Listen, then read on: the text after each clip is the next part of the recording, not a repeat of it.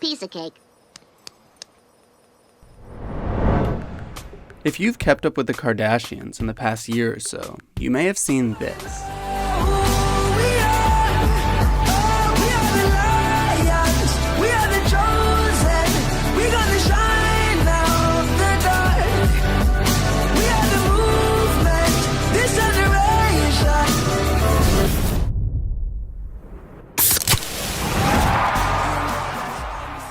If you felt anything like I did when you saw it, you might have reacted a little like this.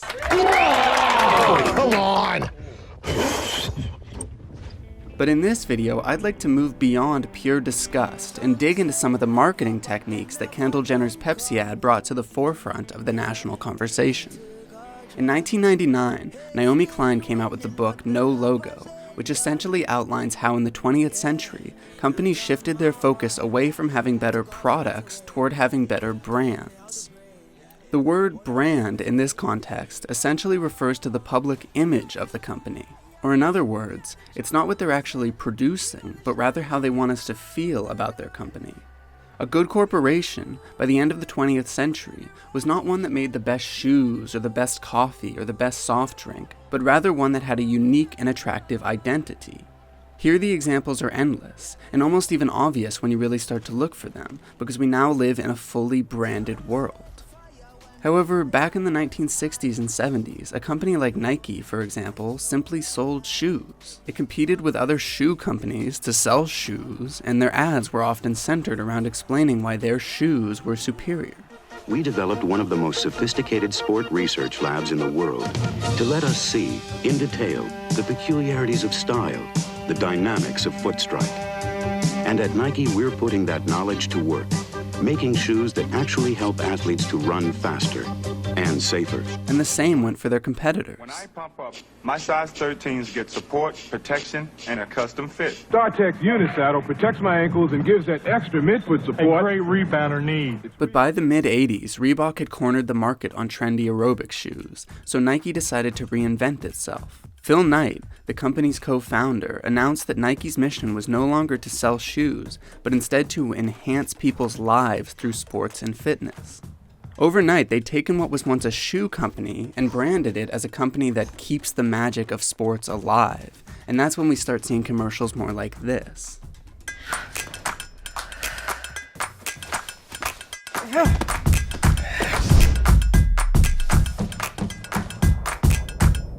Nowadays, they've fully transcended their simple shoe manufacturer role and continue to evolve the company's newfound identity. Semi-mythical athletic figures like Michael Jordan and Tiger Woods became so closely associated with the Nike brand that people, myself included, actually began to believe they could buy the shoes and play at least a little bit more like Mike.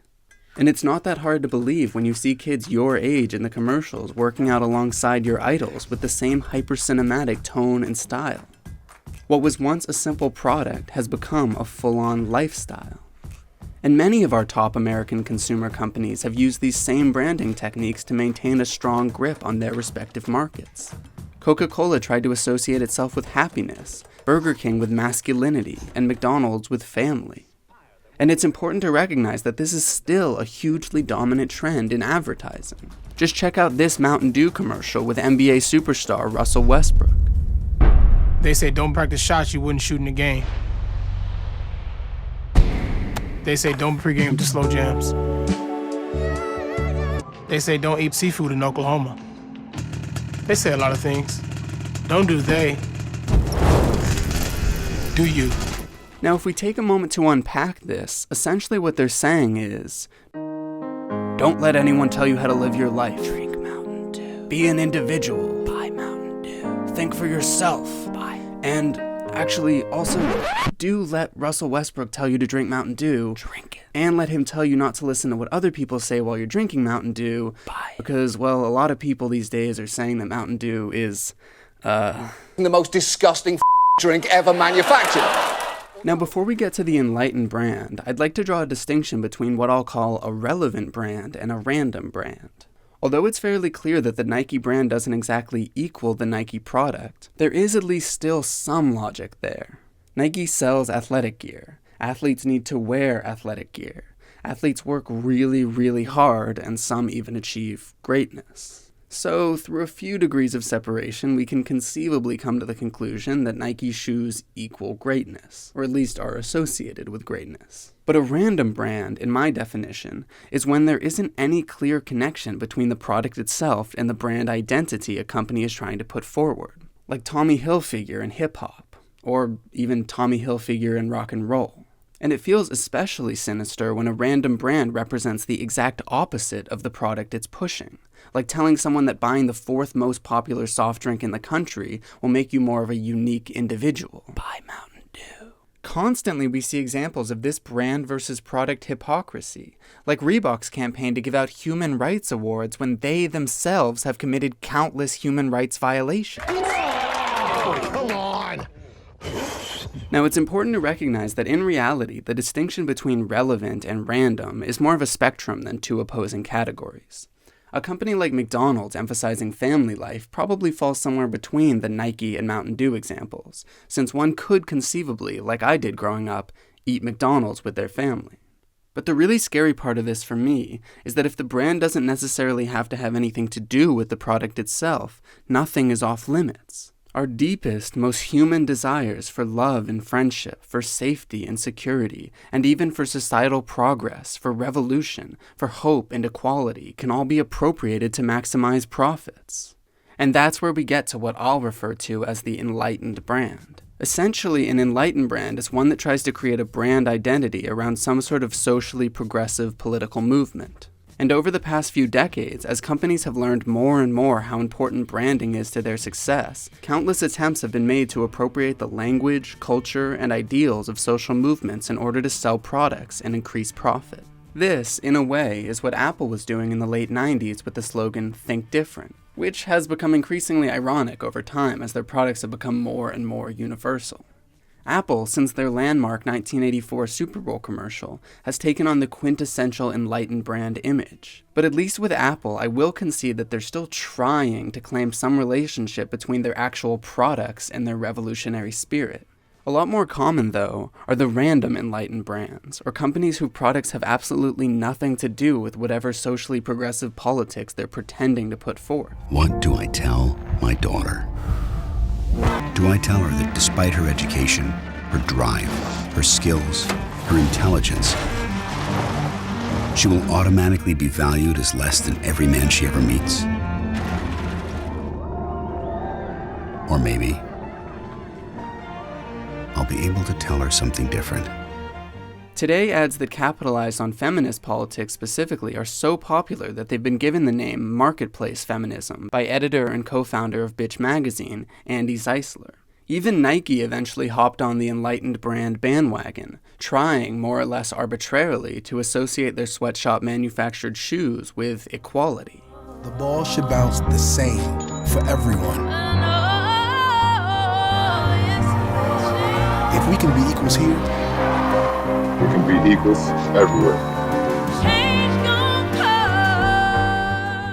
Now, there is a school of thought that says these enlightened brands, whether relevant or random, do bring more media representation to marginalized groups and marginalized issues. And I'd be lying if I didn't admit that the Always Like a Girl campaign or the Nike Equality campaign both gave me chills when I watched them in my research for this video. But in my opinion, in a system in which the brand and the actual product can be entirely separate, and in a system that prioritizes profit above all else, there is always something inherently hypocritical and sinister about an enlightened brand. But if you disagree, I highly encourage debate on this issue in the comments section. I'm still a little unsure myself. A lot less debatable, though, is one of our newest enlightened brands, who happen to use one of our newest American icons. 21-year-old Kendall Jenner. Kendall Jenner. She has a new commercial for Pepsi. Within hours of the ad's release, the internet had exploded. Meme after meme stormed the web, mocking and deriding Pepsi for appropriating the imagery and social landscape created specifically by the Black Lives Matter movement, and narratively suggesting that perhaps all these vague social problems could be solved by a rich supermodel and a can of, you guessed it, Pepsi. As Wired magazine claimed, this ad did at least unite the internet in outrage, and almost right away it was taken down with the release of this statement. Nothing could have more perfectly embodied the random Enlightened brand. Now, as with any trend in advertising, or with any trend in any artistic or creative medium, over time it starts to get stale, predictable, or worse, transparent. At first, an advertising scheme might be so new and fresh and different that the public can't help but be wowed by its content. But over time, the more these same mechanisms are used, the more they start to look like a caricature of themselves, like a parody of the Enlightened brand. Like this. It would be great if human beings were great at being human. And if all of mankind were made up of kind women and kind men. It would be spectacular if the golden rule was golden to every man. And the good things that we ever did was everything that we can.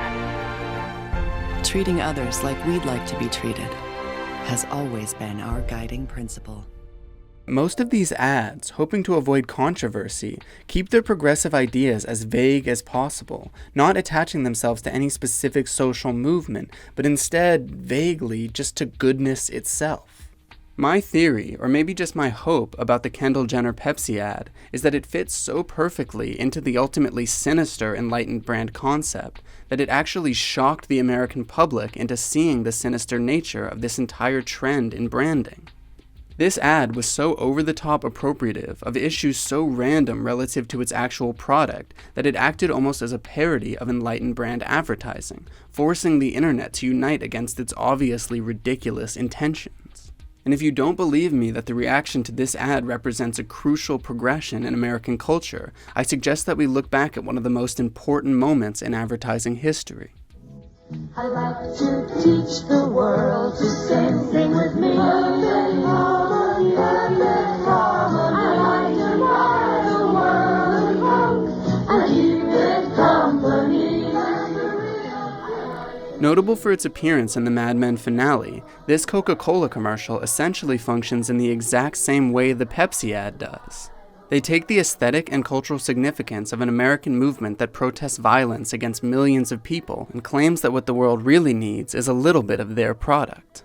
And how did the public react? Well, it was still 28 years before No Logo would come out, over a decade before Apple would become a household brand. It was too new, too fresh. The commercial was a wild success. In 2007, Campaign magazine called it, quote, one of the best loved and most influential ads in TV history. But in 2017, an ad that operates on the same fundamental principles was immediately pulled from the internet.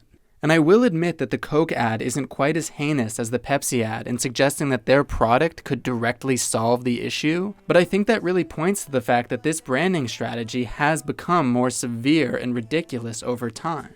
The same cultural progression can be seen in the Marriott ad I showed earlier. I watched this in full on YouTube after seeing it on Hulu, and naturally skeptical, I scrolled down to the comments section, only to find all the top voted comments pointing to the obvious hypocrisy of this random brand. In the information age, it's much harder to slip something like this past the American consumer. Just one person has to do the proper research, comment on the video, and all the rest of us have to do is upvote it and then try to avoid that company's products. In my mind, companies like Pepsi and Marriott, as opposed to spending ad money to convince us to buy their products, are accidentally spending just to show us how absurd these branding strategies have always been. By acting as parodies of brand hypocrisy, these ads can shock the American consumer into awareness of any brand's disconnect from their actual product. So thank you, Pepsi. If nothing else, hopefully your vomit-worthy commercial has led us a little closer to the death of the Enlightened brand. I'd like to buy the world a home and furnish it with love. Grow apple trees and honey bees and snow white turtle doves. I'd like to teach the world to sing with me. Perfect harmony, perfect harmony. I like to buy the world a home. Piece of cake.